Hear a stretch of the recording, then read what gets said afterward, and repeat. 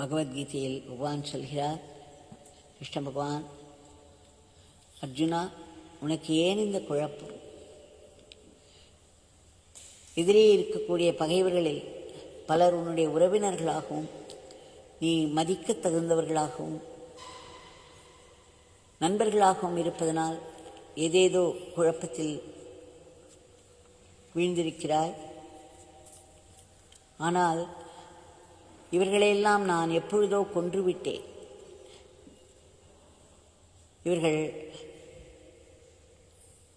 போக வேண்டும் என்று நான் சங்கல்பித்து விட்டேன்.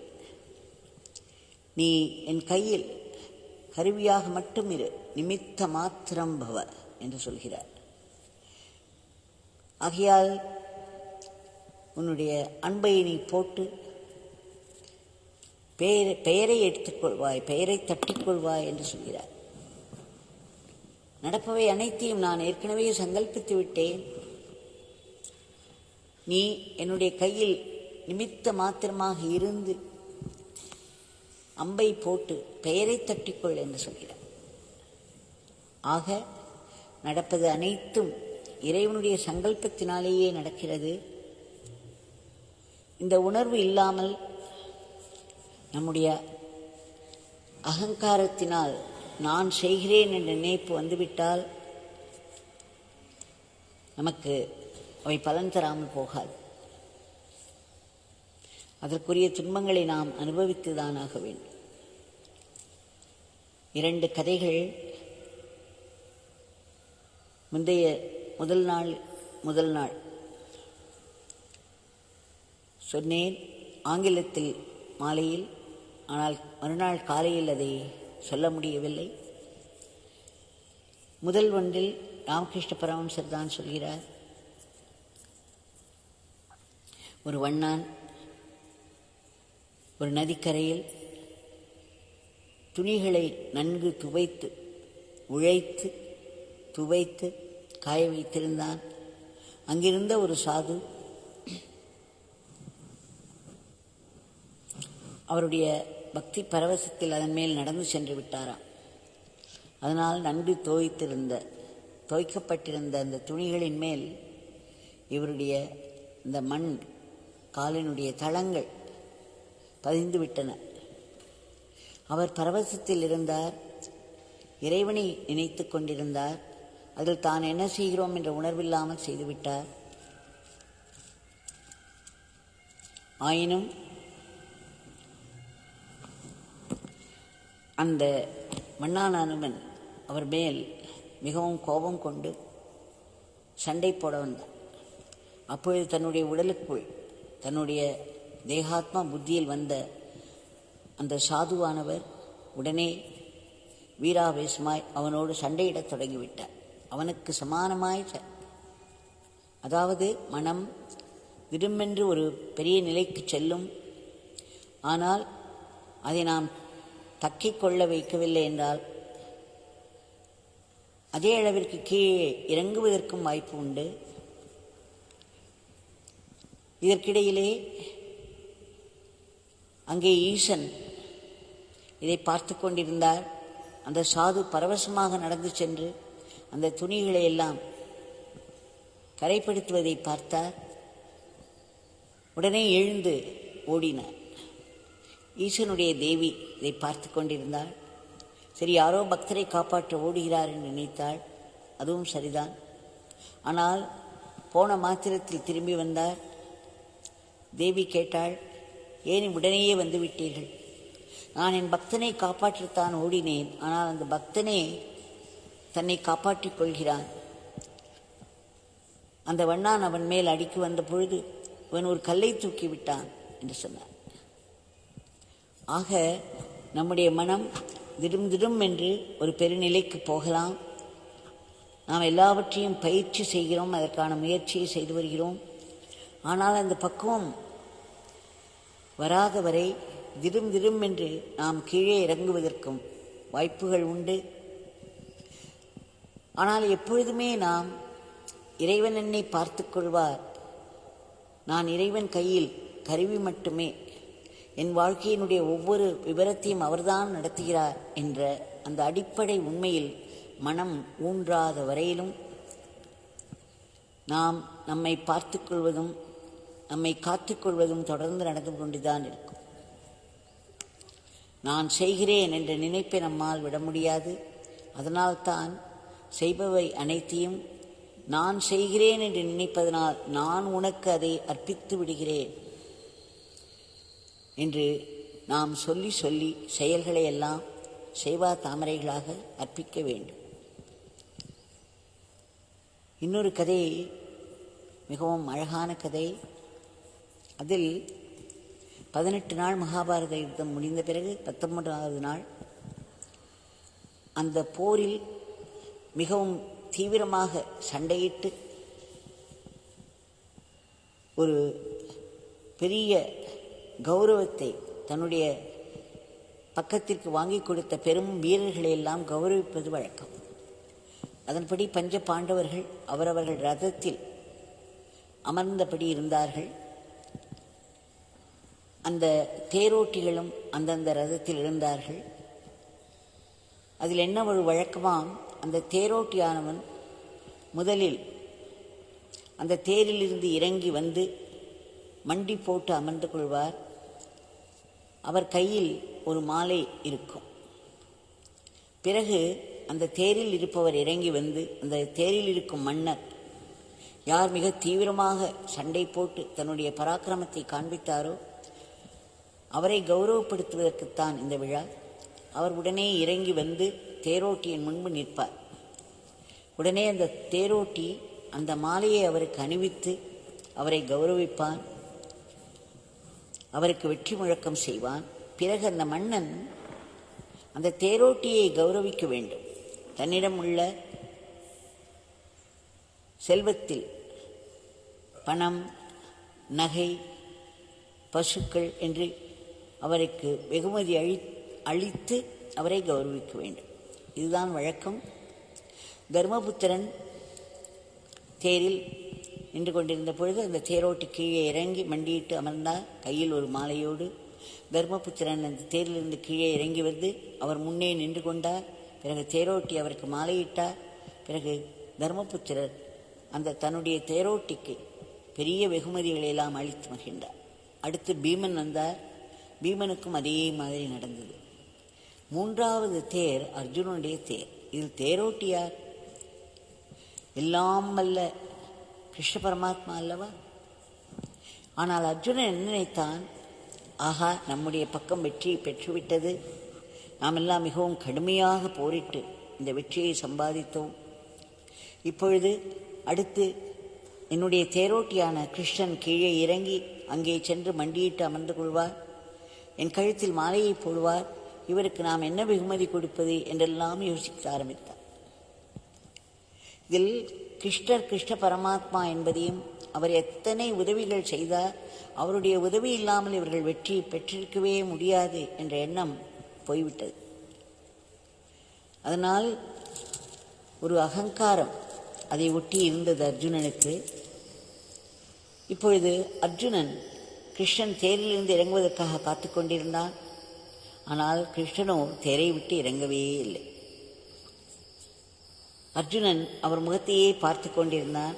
உடனே கிருஷ்ணர் ஒரு புன்சிரிப்போடு, அர்ஜுனா, நீ முதலில் இறங்கு, நான் பின்னால் இறங்குகிறேன் என்றார். அர்ஜுனனுக்கு அது மிகவும் வருத்தமாக போய்விட்டது. எல்லா தேரோட்டிகளையும் போல் கிருஷ்ணனும் ஒன்றும் செய்யாமல் என்னை முதலில் இறங்கச் சொல்கிறார்கள் என்று அவருக்கு ஒரு அவமானமாகவும் அது பட்டது. கௌரவ குறைவாக இருந்தது. ஆயினும் அதை காட்டிக்கொள்ளாமல் தேரிலிருந்து குதித்தான். பிறகு கிருஷ்ணர் அந்த தேரிலிருந்து குதித்து கீழே இறங்கினார். அதே சமயம் அந்த தேரின் கொடியில் இருந்த ஹனுமானும் பறந்துவிட்டார். அந்த தேரானது வெடித்து தீ நாக்குகள் உயரப் பறந்தன. எல்லோரும் அப்படியே அதிர்ச்சிக்குள்ளாகிவிட்டார்கள். இந்த காட்சியை பார்த்து அர்ஜுனனுக்கு சுரீர் என்று உரைத்தது. இந்த மாதிரி ஏதோ விபரீதம் நடக்கவிருக்கிறது என்பது எனக்கு தெரியவில்லை, ஆனால் கிருஷ்ணனுக்கு தெரிந்திருக்கிறது. அதனால் கிருஷ்ணன் என்னை காப்பாற்றி விட்டார். என்னை முன்னால் இறங்கச் சொல்லி பிறகு அவர் குதித்ததனால் நான் காப்பாற்றப்பட்டேன் என்ற உணர்வு அவனுக்கு வந்துவிட்டது. அப்பொழுது கிருஷ்ணர் அர்ஜுனனை பார்த்து சொன்னார், அர்ஜுனா, நீ என்ன நினைத்தாய்? உனக்கு அது கௌரவ குறைவாக இருந்தது நான் உன்னை இறங்கச் சொன்னது என்று எனக்கு தெரியும். ஆனால் நீ ஒன்றை மறந்துவிடக்கூடாது. இந்த மகாபாரத போரில் உங்களுடைய வெற்றி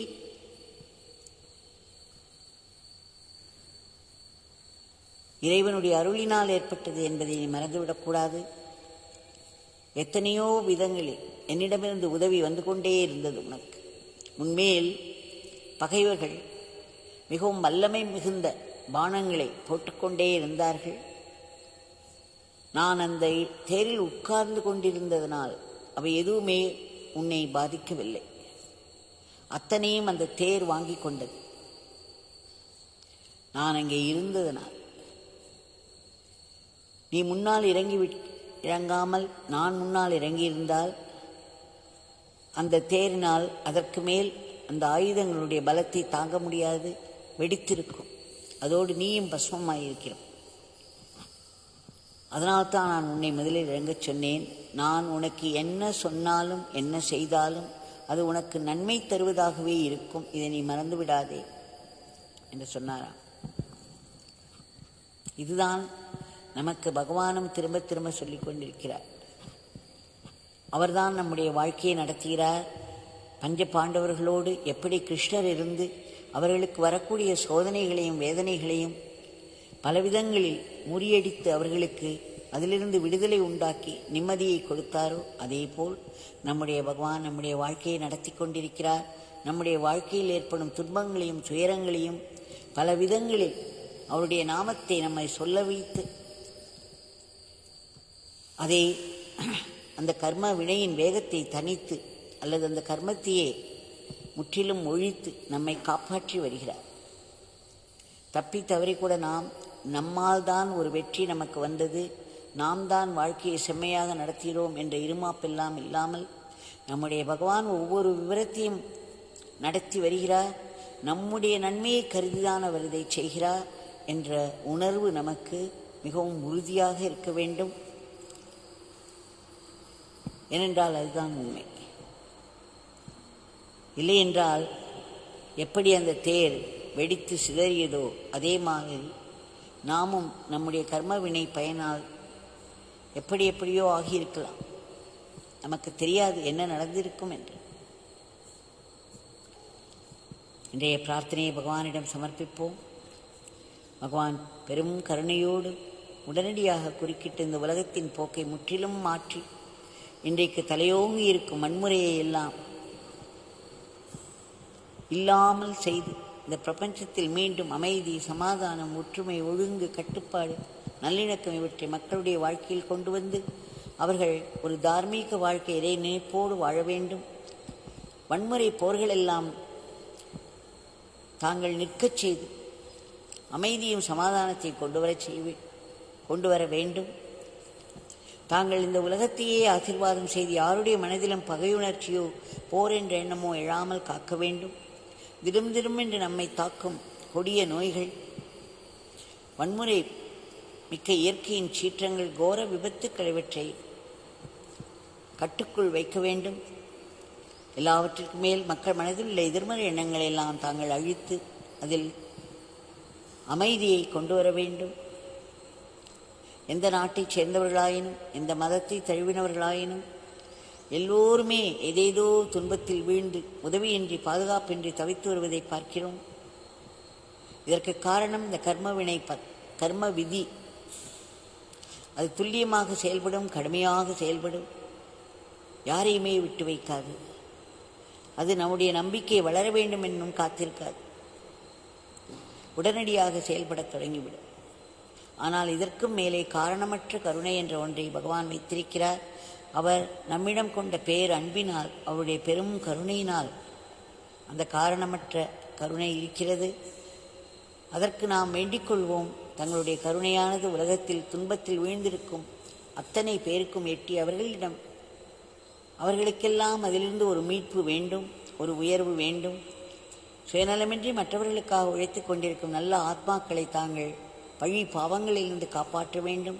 நாட்டின் பொருளாதாரத்துக்கு ஒரு பெரிய ஏற்றத்தை தர வேண்டும். நாடு பல துறைகளிலும் சிறப்பாக முன்னேறி உன்னத நிலையில் விஸ்வகுருவாக இருந்து இந்த உலகத்தையே தர்மத்தின் வழியில் நடத்தி செல்ல வேண்டும். தங்களுடைய திவ்யமங்கள நாமத்தை நாங்கள் இடைவிடாது உச்சரிக்க வேண்டும். ஆனந்தமாக அதை சொல்ல வேண்டும். தங்களுடைய லீலைகளையும் உபதேசங்களையும் திரும்ப திரும்ப மனதிற்கு கொண்டு வந்து அதை ஜீரணித்து ஆத்மசக்தியாக மாற்றிக்கொள்ள வேண்டும். தங்களுடைய கைகளிலே நாங்கள் சாத்வீக கருவிகளாக மட்டுமே இயங்க வேண்டும். தப்பித்தவரை கூட ராட்சச கருவிகளாக ஆகிவிடக்கூடாது. எங்களுடைய அன்றாட வாழ்க்கையை தங்களுக்கு அர்ப்பணமாக நாங்கள் செய்து வர வேண்டும். மாயையின் பிடிக்குள் சிக்கிவிடக்கூடாது. தங்களுடைய பேரானந்த பிரம்மானந்த நிலை எங்களுக்கும் கிட்ட வேண்டும். ஆனால் அதற்கு எங்கள் மனம் முற்றிலும் தூய்மையாக வேண்டும்.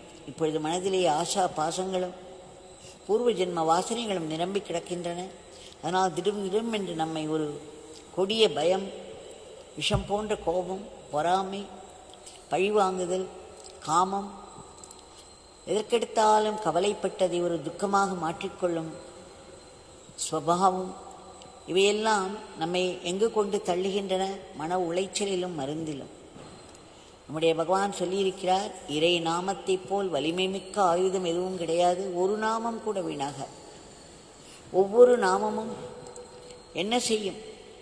அழுக்கு துணி ஒன்றை நாம் சோப்பு போட்டு அதனுடைய அழுக்கை அகற்றி அதை துவைத்து உலர்த்தி சுத்தமான துணியாக மாற்றிக்கொள்கிறோம் அல்லவா?